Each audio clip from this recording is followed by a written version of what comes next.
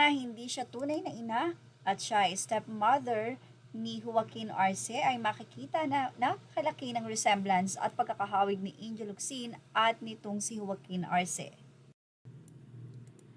Very supportive na mom nga itong si Angel Locsin kay Joaquin Arce.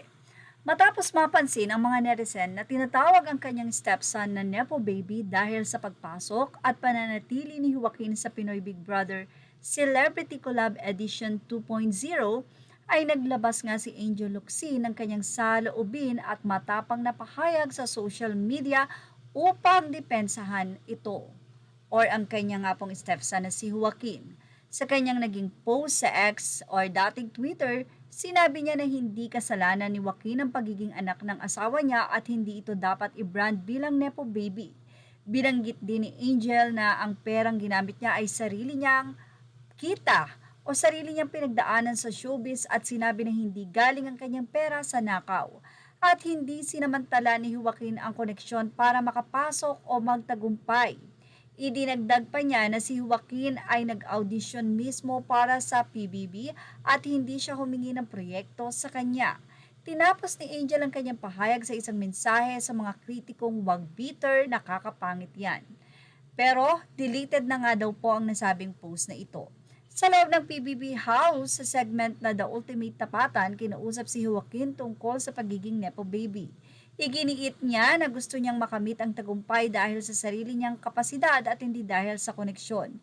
Aniya, kung sakaling magkaroon sila ng pagkakataon ni Angel na magkatrabaho sa hinaharap, iisip daw niya ito bilang isang prize na kailangan niyang ipaglaban at i-deserve.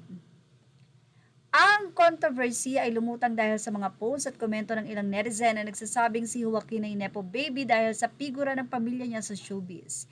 Ito ay nakatrigger kay Angel na lubas sa kanyang social media hiatus para ipagtanggol ang kanyang stepson. Anyway, makikita pa rin ang nasabing post na ito ni Angel Locsin na may 1.7 million views na nga. Doon, sinabi niyang bihira lang akong mag-social media ha, pero nagulat ako sa comments ng ilang tao dito. Ano namang kasalanan ni Joaquin at naging asawa ko ang dad niya para ma-brand siya as Nepo Baby. Para namang hindi ako nag-jeep o bus papuntang tapings ko dati. Ka-level ko pala si Diskaya, lol. Pero yung pera ko hindi galing sa nakaw. Yung 12 taon na boto ko kay Joaquin sa buong journey niya, baka dagdagan ko, maasar ko lang yung ibang makagawa ng issue. My son could have asked me for a project, but ang hiniling niya is mag-audition sa PBB. Wag bitter, nakakapangit yan. At yan ang ating Showbiz Now update. Images are all credit to the rightful owners. Please like, share, and subscribe. Thank you for watching Showbiz Now.